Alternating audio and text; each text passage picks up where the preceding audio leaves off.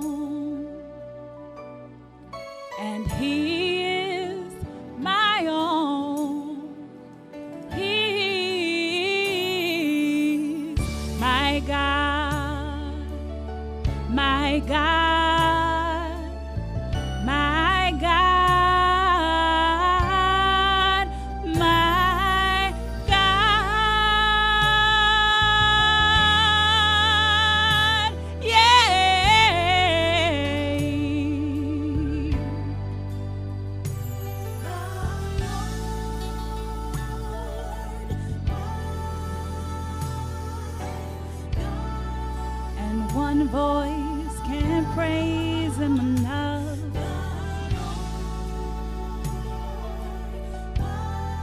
One man can't tell the story. He's too awesome, he's too amazing, and his grace is so great. His mercy is everlasting, and His truth endures forever. He's an awesome God, yeah. He's a merciful God. He's a righteous God. He's an awesome God, yeah.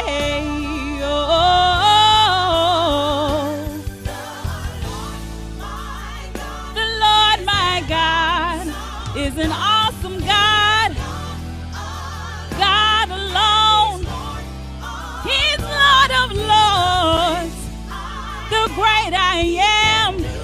He can do all things, yeah. He created all. New life He will bring. Gives me grace each and every day. When I'm all alone, I can hear Him say, don't give up. Just hold on. You gotta be strong. Don't give up. Just hold on. Oh, if you just be strong. give up. Just hold on. Joy will come if you just be strong. The Lord, my God, He is an awesome. He's an awesome God.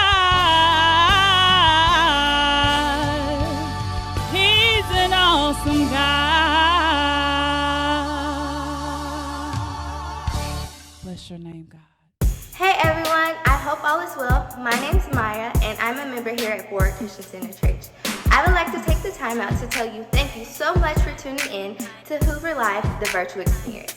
However, if you would like to join our live virtual audience, please call or email us using the information on the screen. We would love to meet you in person. So let's go, let's get it, and let's get live. Take care. Good morning, everybody, and God bless you. Thank you so much for joining us today. We are again right here at the Embassy Suites, Highway 150 in this bum-diggity city of Hoover, Alabama. You know, we do have some shirts that says God lives in Hoover. I feel very fond of this area, and I do believe that God's presence is here. Of course, He's everywhere, but we're going to lift up the place where we are today, and we are so thankful and grateful to God for allowing us this privilege of expression to come right there into your homes or wherever you may be listening to this. I want you to be encouraged today to reach out to someone, call somebody, text somebody, let them know to tune in right now to this place where we are, that others might be blessed. David said, "Oh, taste and see that the Lord is good." And so he was inviting others to experience the goodness of God that he himself was experiencing. I thought it not robbery today to take us to a familiar passage of Scripture found in the Gospel of St. Luke, chapter 15. However, I want to take my emphasis from verses 25 through 32.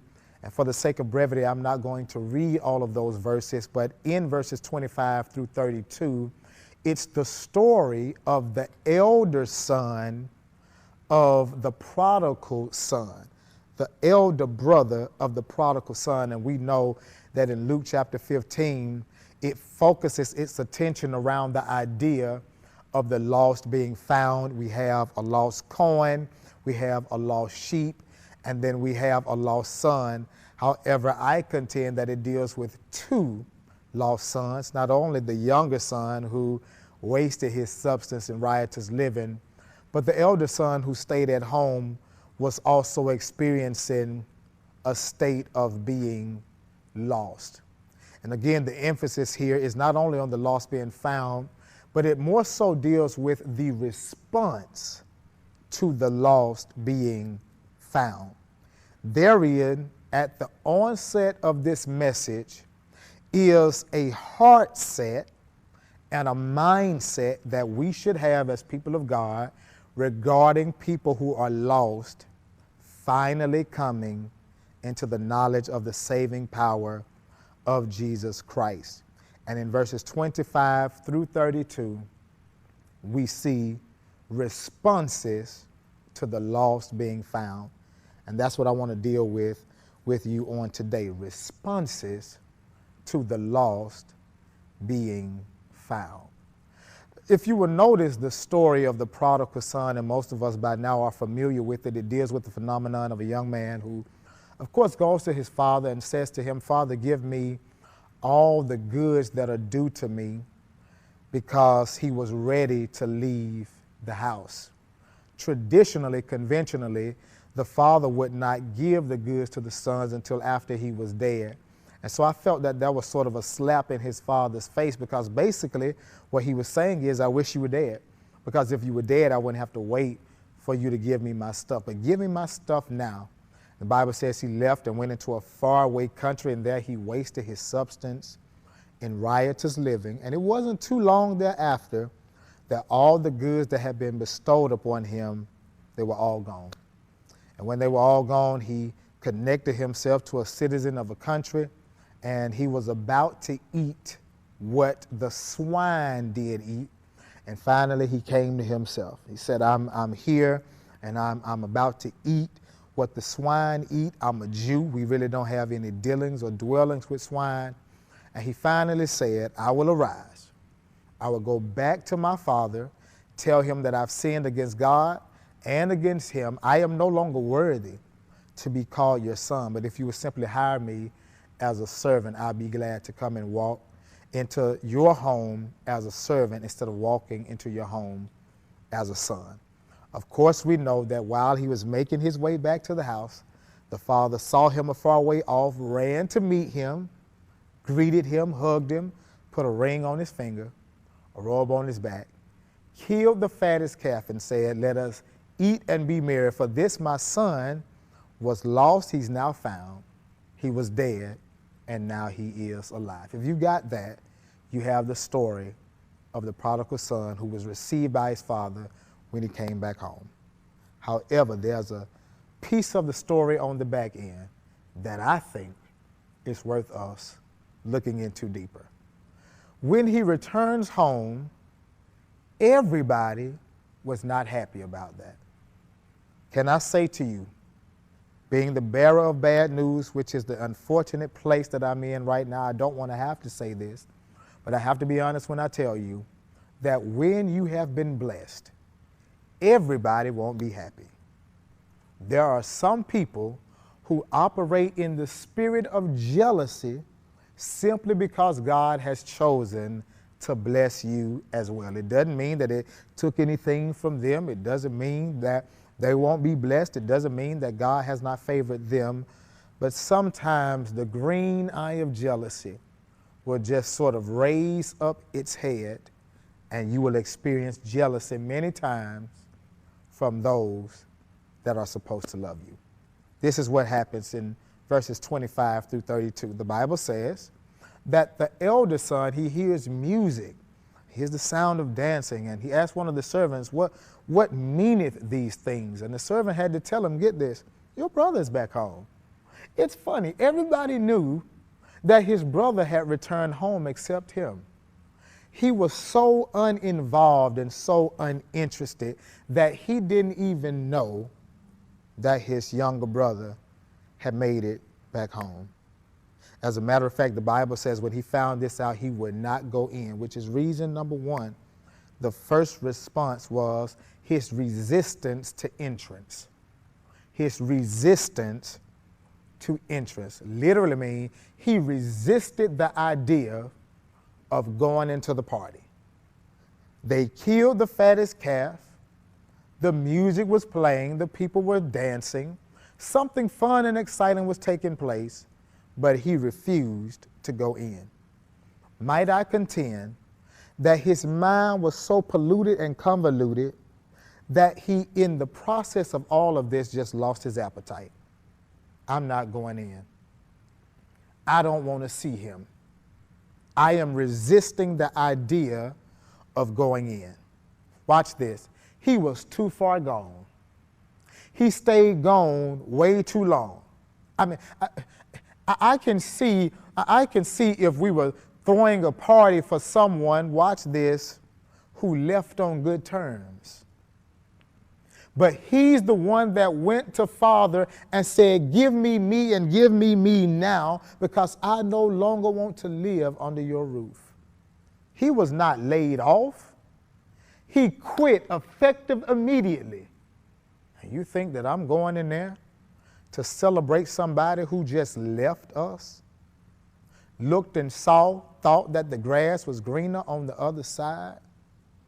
And when he found out that all he had to do was just water the grass on this side and maybe his life could have been a little better, you think that I'm going to go and uplift someone who just dropped us like that? Hey, I'm big brother. He didn't even come talk to me about it. He didn't even have the decency to say, here's what I'm thinking about doing. He just left us. He just dropped us. Didn't call nobody. Didn't text anybody. He didn't even send us anything in the mail to let us know that he was okay. No birthday cards, no I'm doing well, nothing. And you think that I'm just going to up and go into the party for somebody who did us like that? I know he's been gone a long time, and now that he's back, everybody wants to act like he went away to serve the country as if he was on military duty.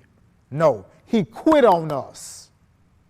And you think that I'm going to rejoice over somebody who was that lost? The Bible says he would not come in. As a matter of fact, his resistance to entrance was so great, get this, that his father left the party to come out to him. Say to him, son, you're not going in to see your brother. He's been lost, now he's found. He was dead, he's alive, he's come back. I think it'd be nice of you if you would go on and greet your brother. But watch his response to the lost being found. His response was to give his father his reason for being entitled. His reason for entitlement. No, Dad, I ain't going in. I ain't going in. Nope. I hear you talking. I hear what you're saying, but I need you to hear me out. I need you to hear me out because this boy left you. He asked you for your money and for your goods even before you paid. He didn't even have the respect enough to wait until you were buried to receive whatever was in your will. Don't you feel offended by that, Dad? Don't you feel a little upset and frustrated right now? Your younger son, your baby boy slapped you in the face by coming to you and prematurely asking you to give you his stuff as if it wasn't your stuff. And to top it off, Dad, in case you never noticed, I never left you. I was always loyal. I was always right here by your side. I thought I was your A+ son because I had times that I could have left too. By the way, did you forget I'm the oldest brother? Usually the elder brother would leave first. I stuck around and I stayed with you. We've gotten older together. I stuck around to look out for you, to help you out if you needed anything. Not one time did I leave. Not only did I never leave, but I never even thought about leaving. And he left you high and dry. But now I hear music and people are dancing. I see that you put a ring on his finger, a robe on his back, and you killed the fattest calf, which, by the way, Dad, I ain't trying to nitpick, but I'm just telling you, this is my observation. You ain't never killed no fat calf for me. Where's my ring, huh? Where's my robe? You never threw me a party like you throwing for him. What, does that mean I need to go out and waste my money in riotous living so maybe you will pay me some attention? Do I need to do something crazy off the wall and outlandish so that I can get some attention? Do you see how he's thinking? Is that reason why many of our kids are acting out? Because they feel like parent ain't paying attention? Is that the reason they're coming up in school maybe? Because they feel like I've done well for so long and it's not been rewarded? This is his reason for entitlement, and this is his response to his brother coming back home. So he made up in his mind, I'm not going into the party, so y'all can go on and party like a rock star. Y'all can go on and dance and do your cha-cha slides and all the other slides that you do. You can do the electric slide. You can do it. You can do the bunny hop and all of that. I won't be there. I'll stay out here. You go back in, Dad, since you seem to be so happy about your lost son. This was his response to the lost being found. After he was done speaking, I can see Dad looking at him saying, are you finished? Are you finished? I can hear Dad saying, well, you just mentioned that you were always here with me. You never left me. You never disrespected me. I can hear Dad saying, until now. until now. Watch this, because this is when his father has to rebuke his son with education. He has to rebuke him with education, meaning he has to teach his son something in this moment. He said, wait a minute, son, everything I have is yours. In fact, the text says, all that I have is thine. You could have had the fattest calf whenever you wanted it. See, sometimes your loyalty can cause you to become arrogant. Just because you've been connected for so long does not mean that you have not grown into a place of self-entitlement. Which means, yeah, you could have had a calf anytime you wanted it, but your problem is you became spoiled in the process. So now if you get a fat calf, somebody got to give it to you. You don't even understand. Since the younger son knew he had become disqualified, in order for him to get it, I had to go get it because he couldn't go and get it himself, but you can. Everything that I have is yours, and it was always yours. You said I didn't throw you a party. Guess what? You could have partied till you dropped anytime you wanted to. You could have invited your friends over anytime you wanted to. You didn't even have to ask me because it was all at your disposal. You had access. He says, but here's the difference between you and him. He was lost. Now he's found. Yes. He was wrong. He made a mistake. Yes, he moved prematurely, but he learned his lesson. Here it is that you've been with me all this time and you still don't know the lesson. So he has to rebuke him with education by saying it was meet, it was right that we kill the fattest calf, put a ring on his finger, clothes on his back, a robe on his back, and bring him in and let us eat, drink, and be merry to show him what forgiveness really looks like. Now listen, you stay out here if you want to in this backyard. I'm going back into the party. Everybody else is at the party. Here's the question. What's going to be your response to the lost being found? The interesting thing about this story is that we don't know whether or not the son went back in. It never tells us that he went back in. I contend that he never went back in because he was really showing us a picture of the Pharisees who had a problem with sinners hanging with Jesus. Here's my personal question to you, to the saint that you are, the believer that you are, the child of God that you are. Can the lost come into the sanctuary without you having an attitude?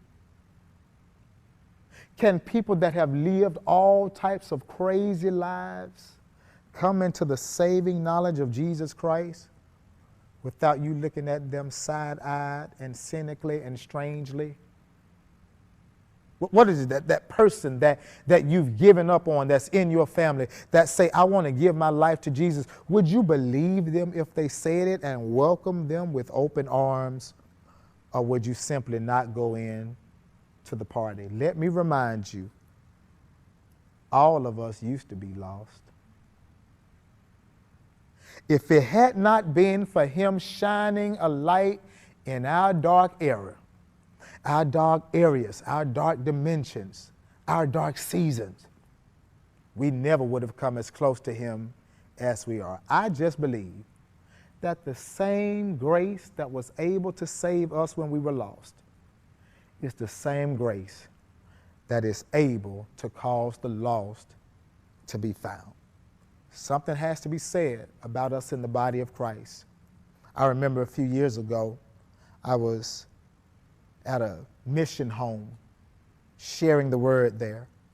A person had come to me and had admitted to me about the life that they had lived. They were from another state and shared with me some of the things that they had done and some of the ways that they had been in trouble and some of the things that they were struggling with at the moment. But before it was over, the person asked me, they said, would it be okay if I attend your church this coming Sunday? It took everything in me not to cry my eyes out, for it caused me to ask the question, what have we done that people would have to ask us, would it be all right for them to come to church with us? I want to say in closing that the response to the lost being found needs to be the response of the angels in heaven. They rejoice over just one sinner that gives their life to Jesus Christ. Let's pray. Father, in the name of Jesus, I pray, God, for proper responses, that we would comfort ye one another with the grace wherein we have been comforted, as you have saved us and brought us out of darkness into your marvelous light, that we will rejoice over you being the light of the world, causing us to become the light of the world. A city that is set on a hill shall not be hid, shall not be hidden. And so we declare and we decree that this little light of mine, I'm going to let it shine. We count it done in the name of the only name that is able to do anything but fail. In Jesus' name, amen. Amen. Well, God bless you, and thank you so much for being a part of Hoover Live, the virtual experience on this very special day that God has given to us. And what makes it such a special day is that this could be the very day of your salvation. Jesus said it like this: the day you hear my voice, harden not your heart. If you have just received the word and you feel the urge and the unction of the Holy Spirit right there, right where you are, this is your day and your moment to accept Jesus Christ as your personal Savior and Lord. It's as simple as ABC. A, I need to acknowledge that I'm a sinner and I need to be saved. B, I need to believe it in my heart. And C, confess with my mouth the Lord Jesus, that God has raised him from the dead. And just like that, you are saved. Pray this simple prayer with me. Father, I thank you for what you did for me on Calvary. You gave your very life for me. I accept you as my Lord and my Savior. Come into my heart. Be all that I need you to be in my life. Now be all that you have called me to be. In Jesus' name, amen and amen. Friends, if you prayed that simple prayer, we'd like to hear from you. Reach out to us, call us at the number that you see on the screen, or email us at the email address that is right before you. We would love to commune and fellowship with you and welcome you into the body of Christ. Welcome home.